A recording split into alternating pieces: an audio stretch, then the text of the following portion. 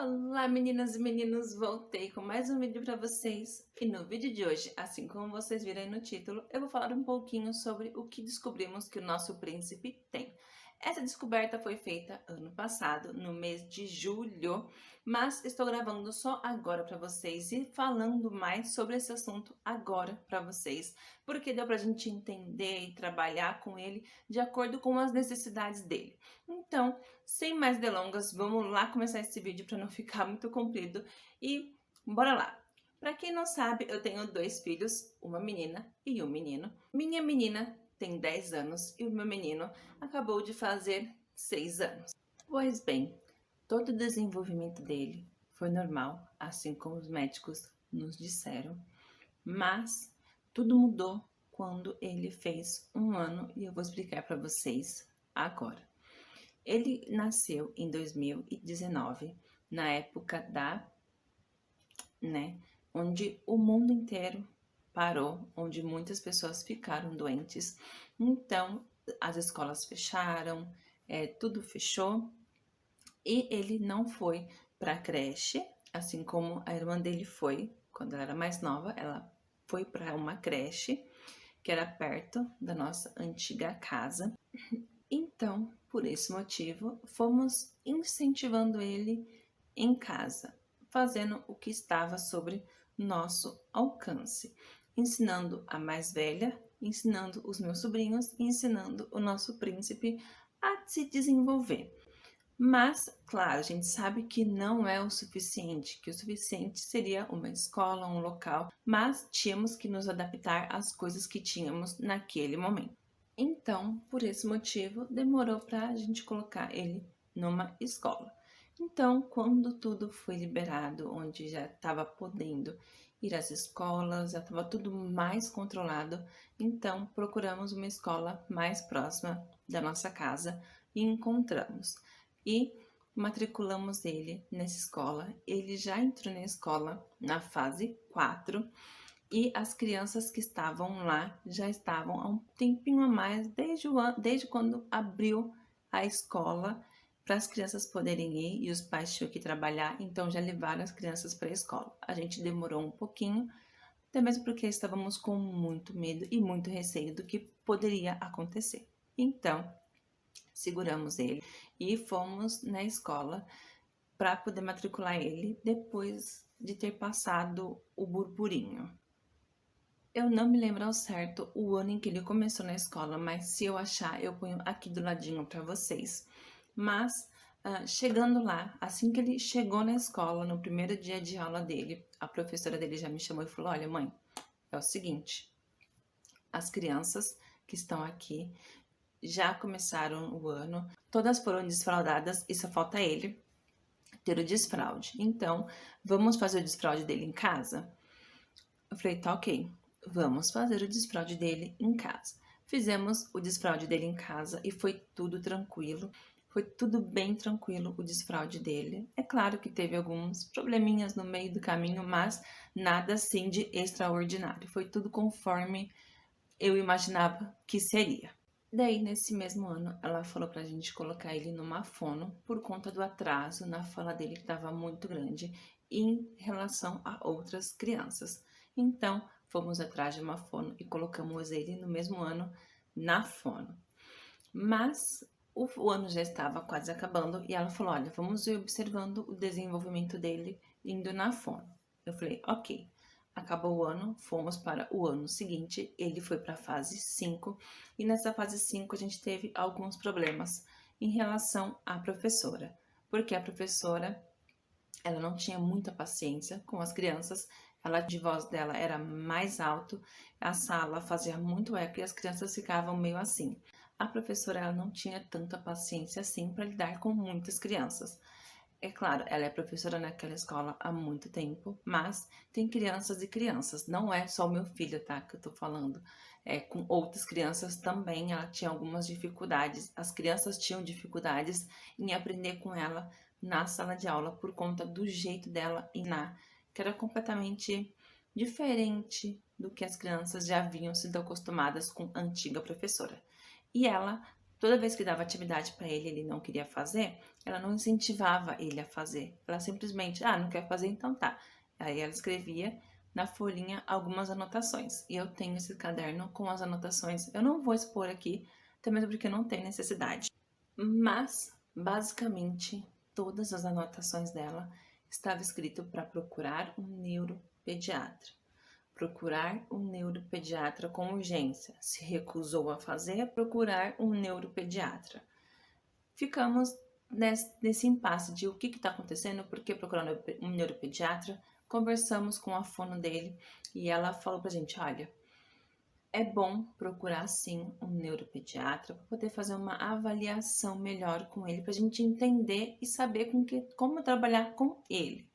Falei, ok, vamos ir atrás de um neuropediatra. E aí, meus amores, começou a nossa saga para encontrar um neuropediatra aqui na nossa cidade que atendia pelo nosso convênio.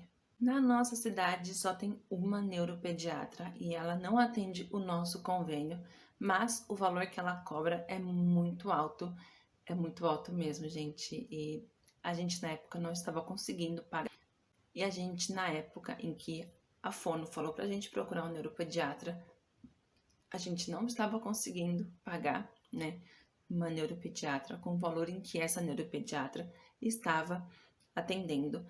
Poderíamos pagar no cartão? Sim, temos cartão para pagar?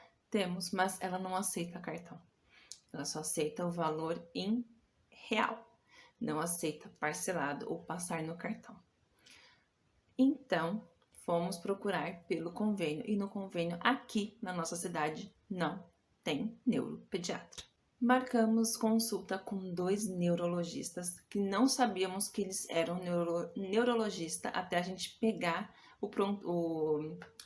a escrita, né, que eles deram um tipo de um laudo para a gente levar para a fono dele e para a professora, mas a gente descobriu que eles não eram neuropediatra. E quando eu liguei lá no convênio e falei, eu quero uma consulta com um neuropediatra que atenda somente crianças, eles me indicaram 2 neurologistas que atendem somente adultos. Eles atendem crianças? Sim, mas eles não têm o olho clínico que um neuropediatra tem para lidar com as crianças. A gente não sabia. A gente teve uma aqui na nossa cidade e uma outra em outra cidade. Mas tem um porém. Tem neuropediatra pelo convênio, mas ele atende a muitos quilômetros de distância. Não tínhamos como ir nesses muitos quilômetros de distância. Então, conversando com algumas pessoas, uma amiga minha disse que a neuropediatra que atende no particular, que cobra muito caro, é a mesma neuropediatra que atende pelo posto de saúde do SUS. Então, eu conversei com a fono e ela falou, então, marca com ela. Marca para levar nesse lugar. O nome do lugar é o APAI, aqui da nossa cidade, mas tem um pulo do gato para você conseguir um atendimento lá, uma avaliação por lá.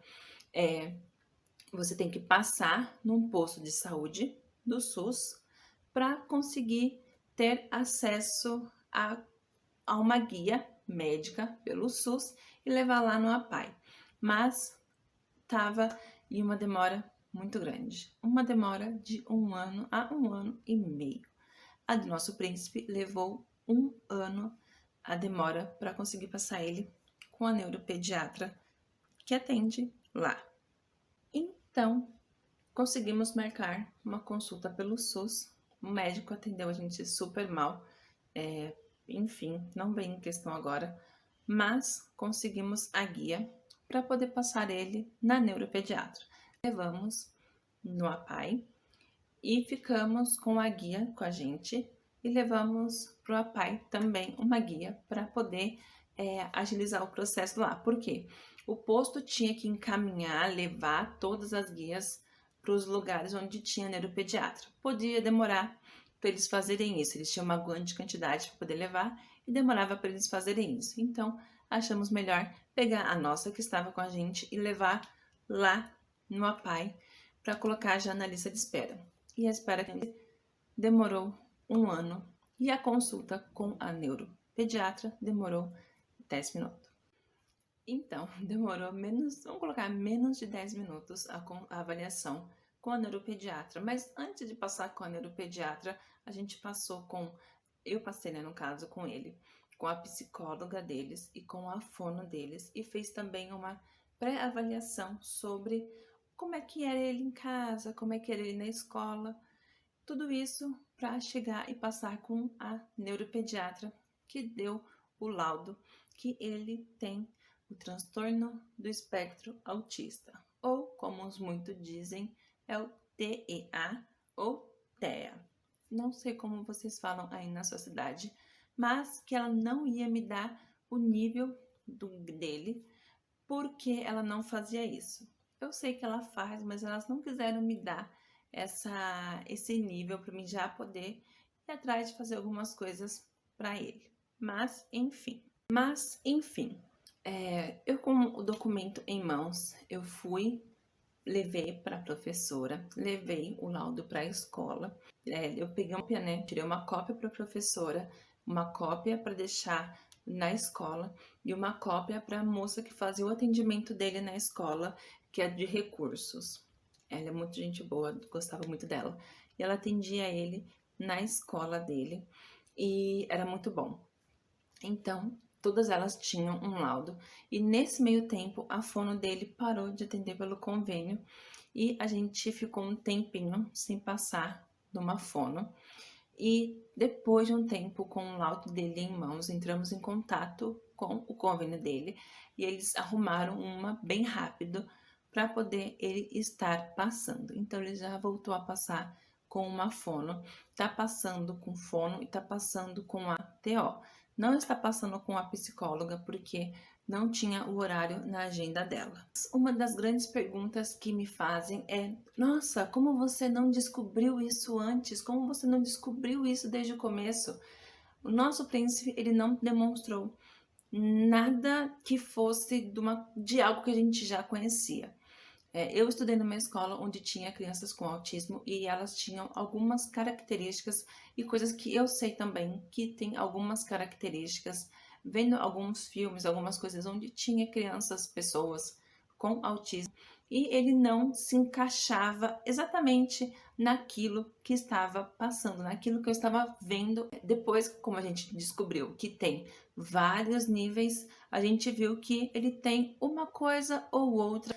A gente descobriu que o dele é o nível 1, porque a gente conseguiu uma pré-consulta com uma psicóloga e ela me falou que o nível dele era o 1, que no caso dele afetou a fala, mas que com os tratamentos, indo na fono, não é nada assim estrondoso. Ele vai ter o desenvolvimento dele normal, assim como ele está tendo, mas com as suas limitações que a gente sabe que tem. Mas estamos trabalhando muito com isso. Então, antes, quando ele queria alguma coisa, ele só apontava. Então, a gente começou a fazer ele falar, mesmo ele não passando na fono, a gente não sabia o que ele tinha, a gente incentivava ele a falar o que que era. É água, é bolacha, eu tô com fome. Então, ele sempre estava falando, ele nunca só apontou. E se ele só apontasse, a gente falava. Então, fomos fazendo isso e a fono dele falou para mim que estava certinho, que tinha que fazer isso mesmo para poder fazer ele falar, porque ele sabia falar, ele só não queria falar. Muita gente acha, para as crianças principalmente, mais fácil é apontar o que eles querem, não falar o que eles querem. Então, temos que incentivar ele a falar, que era o que a gente estava fazendo. Pois então, ele não tinha outras características de crianças com autismo que a gente conhecia. Por quê? Gente, eu tô falando um pouco estranho porque eu fiz um negócio no meu dente e tá querendo começar a doer, mas vamos lá. O que a gente entendia de crianças com autismo era que fazia filas de brinquedos, ou colocava um do ladinho do outro certinho, ou colocava um atrás do outro certinho, que nem carrinho. Quando ele começou a fazer isso, eu questionei ele: filho, por que você está fazendo isso? Aí ele sempre tinha uma história por trás daquilo que ele estava fazendo. Ele falava que era o trem, que era a fila de carros, mas nada assim que fosse ao extremo. Por quê? Tem crianças que têm o autismo e se coloca tudo certinho e alguém muda o lugar, a criança já fica em desespero porque mudou o brinquedo de lugar. Ele não, a gente mudava os brinquedos de lugar e ele não estava nem aí, ele só queria brincar de trem ou brincar de alguma coisa que ele queria. Quando a gente mudava esse do brinquedo de lugar, ele não ligava muito, ele só queria brincar mesmo do jeito que ele estava lá, ele só queria brincar. Aí teve uma vez que ele montou uma cidade. Aí ele colocou carrinhos para cá, carrinhos para cá, um dinossauro no meio e outros dinossauros aqui. E começou a brincar. Então, não foi nada assim pontual que eu pudesse falar, ele tem alguma coisa, ele deixa de ter alguma coisa. Não teve isso. A única coisa mesmo em que nos pegou bastante é a fala dele. Hoje em dia ele já fala bastante coisas, ele consegue formar frases, que era uma coisa que ele não fazia, e estamos pegando muito no pé dele em relação a nomes. Ele não dá nomes às pessoas. E é um grande problema, porque se alguém faz alguma coisa com ele na escola, ele fala: menino bateu. O nome do menino? É menino.